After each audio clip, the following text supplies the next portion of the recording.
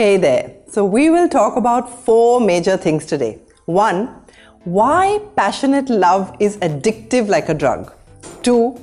Why do we feel all these intense emotions of obsession, overthinking and crazy attachment and basically behave all weirdly when we are in love. 3. Are live-in relationships and long courtships good for us or not? And 4. Should our partner be more like you or unlike you? So let's get going. Hey everyone, this is Chetna and you're watching Chet Chat. And this content is also available as a video podcast on Skill Up with Chet Chat, available exclusively on Spotify. First up, let's begin with why love is addictive like a drug. For that, we need to see what romantic, passionate love does to the chemicals inside of our brain. Now, romantic love activates our brain's reward center, and this releases dopamine. Dopamine is a neurotransmitter of reward. So what does the brain say? It says, wow, that was great, and I want the same experience over and over again. This is called a dopamine rush. Now, number 2. Dopamine is the same neurotransmitter that goes up for people who have OCD, obsessive compulsive disorder. So does that mean that you will also develop OCD? No. But will you obsess over your partner? Yes, of course. And if you find yourself becoming all weird ever since you fell in love, then I'm here to tell you that it's all just a chemical imbalance, albeit a beautiful one. Chemically speaking, when you're in love, it's not as if you're an addict. You are an addict. Now, a second neurotransmitter called serotonin is reduced simultaneously. Serotonin is actually associated with mood and appetite. So, low levels of serotonin are also associated with depression. Now, will you get depressed when you're in romantic love? No, but you will develop a feature of depression called rumination or overthinking. Now, in addition to becoming moody and losing your appetite, you're also going to start overthinking. And this is why you keep on thinking about your partner over and over again in this obsessive manner and kind of get oversensitive to seemingly small things. And if you're separated from your partner, then you have this longing for them. You want to be with them the same way addicts long for their drug. But now, if you're physically with your partner, then the hormone oxytocin is released, which is the cuddle neurotransmitter.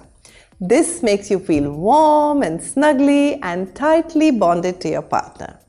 And women are more sensitive to oxytocin, and men are more sensitive to another similar acting hormone called vasopressin. Besides making you feel very warm and cuddly, these hormones, by the way, also make you feel stressed. So a cocktail of all these hormones explain the addictive behavior, feeling moody, and the obsessive overthinking, the cuddly syndrome, and feeling stressed as well, all in the initial stages of love. Our question number 3 was whether live-in relationships and long courtships are good for us or not good for us. Okay, now all these feelings that we just spoke about actually originate in the oldest parts of the brain.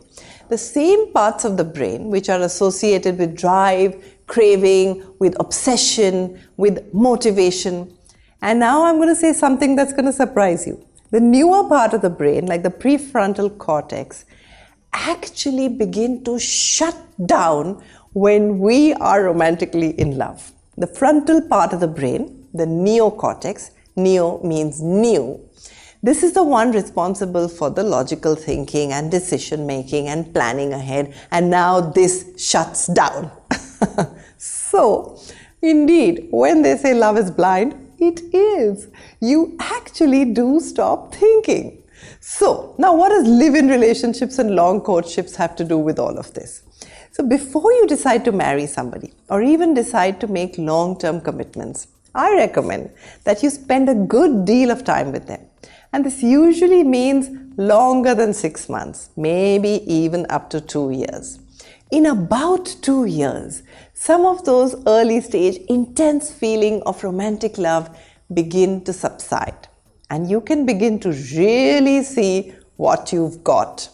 Maybe all this hooking up, friends with benefits, and living together actually is not recklessness. Maybe it's caution. Let's call it fast sex, slow love. With this slow love, we're getting to know somebody very carefully over a long period of time. And during this time, our brain reactivates the neocortex to get ready for some decision making.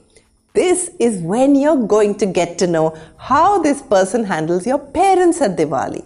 You will know how they handle your pet or your friends.